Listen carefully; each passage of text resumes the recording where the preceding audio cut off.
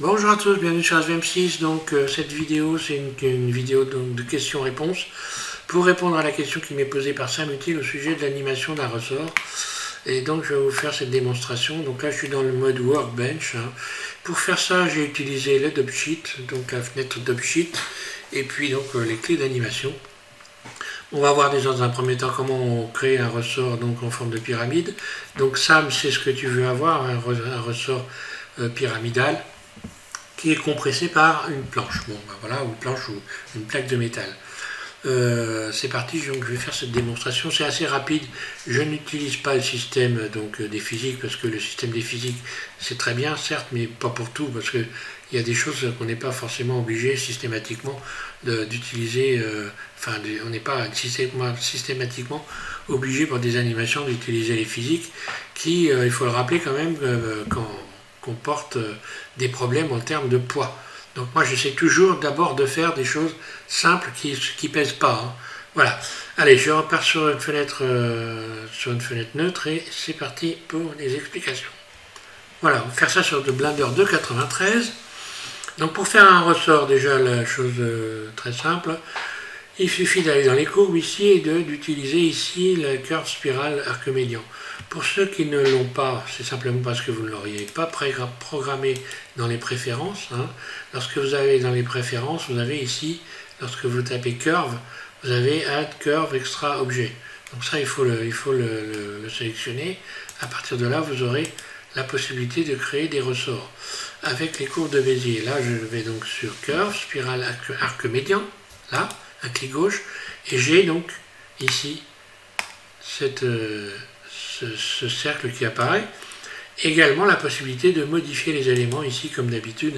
À chaque fois que vous rajoutez quelque chose dans Blender, un objet, vous avez ici toujours, ça il faut toujours y penser, une fenêtre qui permet de faire des réglages. Donc on a notre courbe de Bézier. On va lui attribuer donc déjà une hauteur pour commencer, histoire de bien visionner l'épaisseur qu'on veut pour son ressort. Donc moins on mettra ici de valeur, plus la valeur sera petite et moins on pourra faire un ressort qui a un gros diamètre, en termes de diamètre de la ferraille. Ensuite, voilà, on va augmenter le nombre de tours, donc la hauteur, là, et on va augmenter le radius, enfin on va diminuer le radius en allant vers la valeur négative ici de manière à avoir cette forme là. Bon, après je pourrais augmenter donc le rayon, voilà, éventuellement. Et puis éventuellement pour avoir quelque chose encore de plus pyramidal, le radius, voilà. Donc j'ai cette forme là. Maintenant ma fenêtre, je peux cliquer dessus en haut pour la rabaisser. Elle ne me sert plus à rien, on ne va plus s'en servir. Ceci dit, maintenant on a donc forcément ici l'icône qui permet de modifier les courbes de Bézier ici, donc je clique dessus et on a donc cette chance ici de pouvoir utiliser des clés de forme. Pour les courbes de Bézier, ça se situe là, on le voit, clé de forme. Mais il y a géométrie aussi. Donc géométrie, j'ouvre la géométrie, je fais tourner la roulette de ma souris pour zoomer, et je vais donner une épaisseur à mon ressort.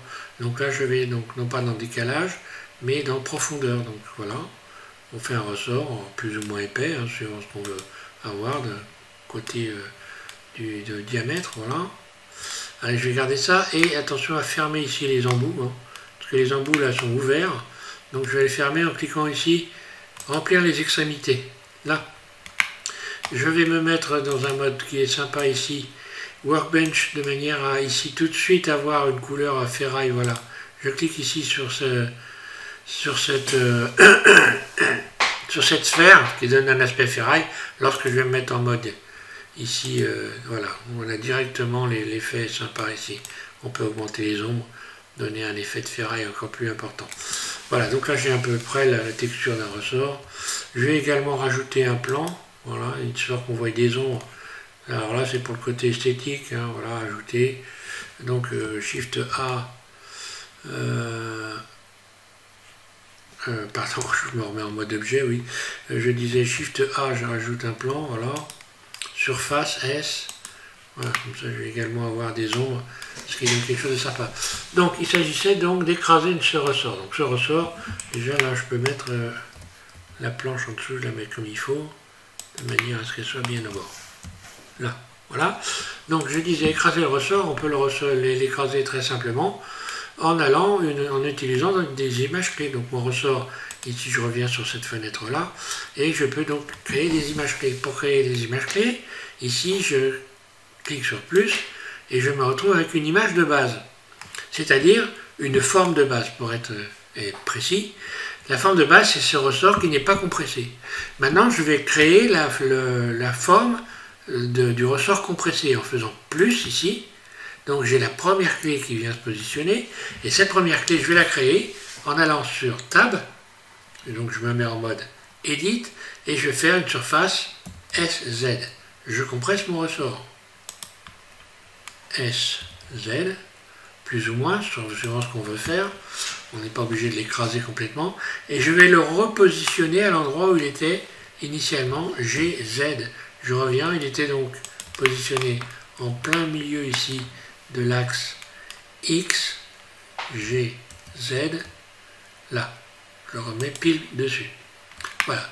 Donc là, lorsque je reviens en mode objet, il reprend sa forme initiale. Il reprend la forme de base.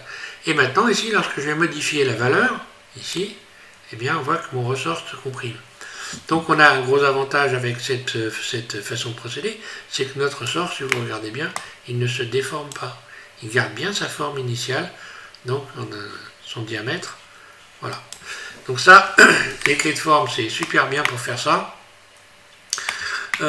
Et donc, Sam, tu m'as demandé d'avoir donc une planche au-dessus du ressort, et que cette planche vienne donner l'impression de compresser le ressort.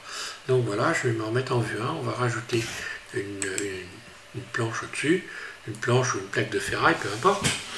Donc je vais ajouter cette fois-ci, je vais chercher un mesh, donc un mesh, voilà, je vais chercher donc un cube par exemple, voilà. Je vais modifier sa surface sur Z, SZ, puis GZ, puis SZ, voilà, on imagine une plaque de ferraille, surface SZ, peu importe, GZ. Donc là, comme je suis dans le mode objet, je fais un CTRL A, CTRL A, toute transformation. Là, comme ça, je ne risque pas trop de problème. Je vais me mettre en mode transparent pour positionner ma plaque de ferraille pile GZ sur au-dessus du ressort. Ça, pour positionner les éléments de manière la plus précise possible, c'est encore ce qu'il y a de mieux à faire. Alors je vais peut-être modifier un peu sa surface. Là, pas trop grand. Voilà. Donc, une fois qu'on a fait ça, eh bien, on va donner également une clé de forme à notre planche. Donc voilà, je vais ici, je retourne ici. Je vais me remettre en vue 1. Voilà. Là. Alors, on va lui donner une clé de forme. Donc là, c'est pareil. On a donc, en ayant cliqué sur cette icône-là, la possibilité de faire une forme de base. Alors là, une forme. En fait, on va générer une hauteur. Mais ça ne change rien, ça marche. Donc je vais faire plus. Et là, je vais modifier la hauteur de la planche en compressant le ressort ici. Je compresse le ressort, je modifie sa valeur. Donc je mets ici à 1. Le ressort est compressé. Je retourne, je sélectionne ma planche. Et ma planche, je vais donc en mode Edit, modifier sa hauteur de manière à gérer la nouvelle clé ici de forme. Je me mets en vue 1, puis je me mets en mode transparent pour bien voir, et je vais faire G, Z. Je viens la positionner pile au-dessus ici, là. Non, voilà. Comme ça, c'est propre, c'est précis, je ne me casse pas la tête, voilà. Voilà, une fois que j'ai fait ça, bon, forcément, lorsque je reviens en mode objet, on voit donc que je peux modifier également la valeur de la clé ici et abaisser ma planche. Là. Et bien maintenant, je n'ai plus qu'à synchroniser les deux.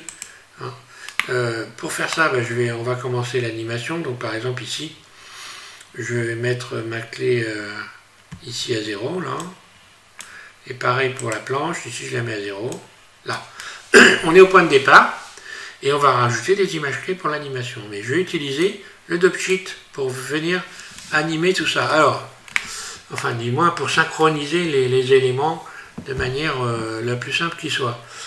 Ici, je vais engager des images clés. Donc déjà, pour commencer, j'enclenche l'enregistrement. Et ici, dans la valeur donc, de la planche, ici, ou de la plaque de métal, je vais faire un clic droit sur la valeur et insérer une image clé. On voit que j'ai inséré une image clé. Je vais faire pareil pour le ressort. Je sélectionne le ressort.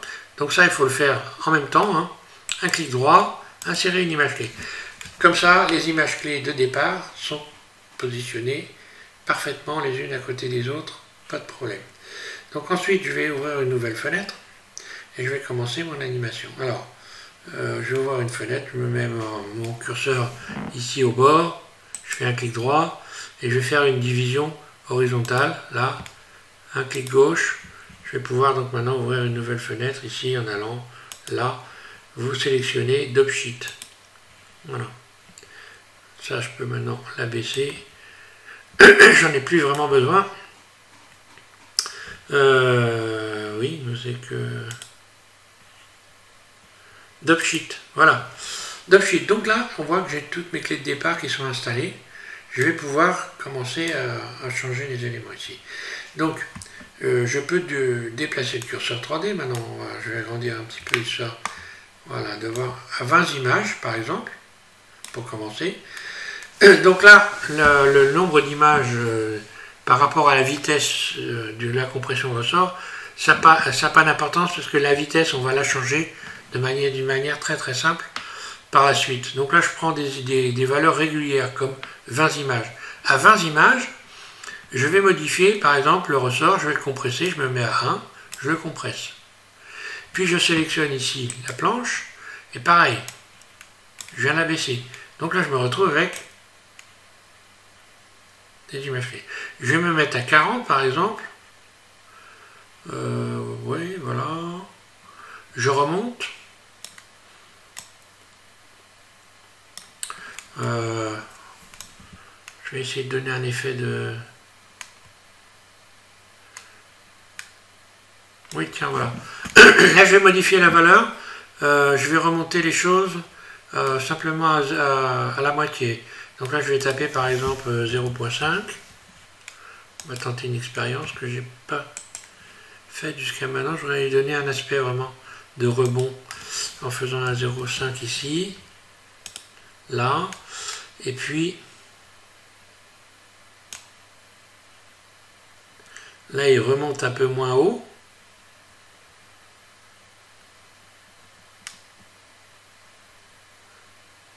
Et là, je vais le remonter à la normale. On va voir ce que ça va donner.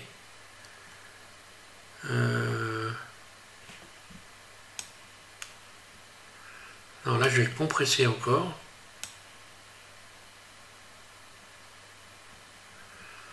Là, je le recompresse. Je tente une expérience. Hein. La planche, pareil, je vais la recompresser. Donc là, ça va me donner... Et là, je vais remonter. Voilà. Et le ressort, je le remonte. Qu'est-ce que ça donne à la lecture? Oui.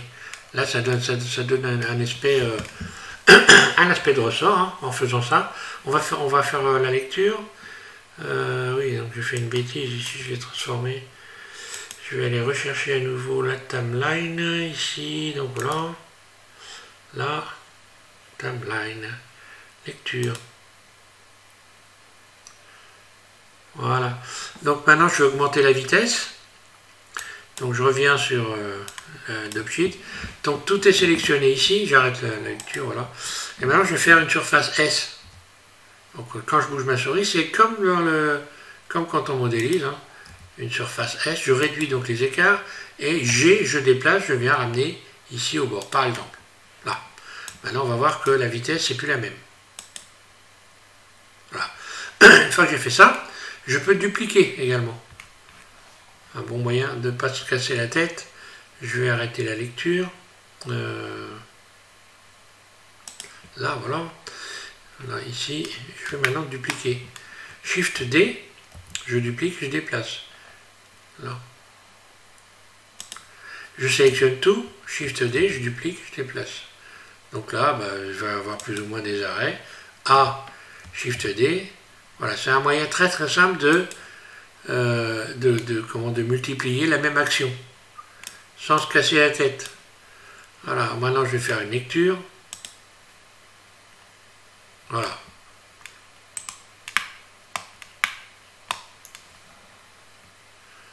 Alors à savoir qu'on peut, lorsqu'on clique sur T ici, essayer de modifier même à rajouter.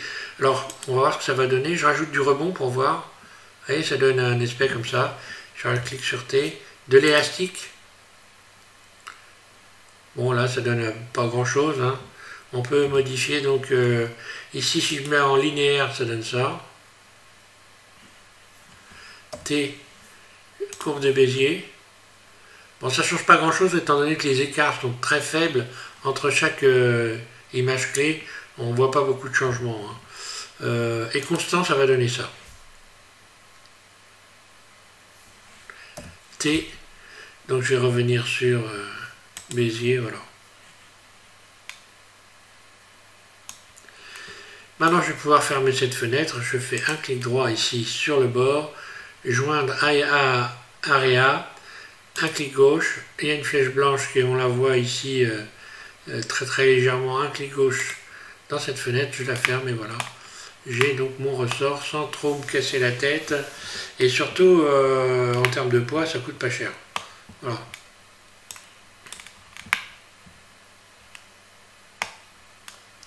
Donc j'espère Sam que ça répond à ta question. Si ce n'est pas le cas, bien simplement voilà, hein, tu m'en parles dans tes commentaires. Peut-être que ça te permet d'avancer surtout dans la création du ressort. Après ce que j'ai pu comprendre, c'est pas très compliqué à réaliser. Voilà. Merci à tous de suivre SVM6. Pour ceux qui suivent la gratouille, vous aurez peut-être remarqué que j'ai fait une vidéo. Malheureusement, je l'ai retirée parce que j'avais un défaut, un problème de son dans la vidéo de la gratouille, donc de la guitare. Hein. J'ai une chaîne de guitare également. Donc je vais refaire une vidéo et je vais recommencer cette vidéo. Vous l'aurez donc probablement là dans la journée. Je retravaille sur le son parce que là c'était une vraie catastrophe.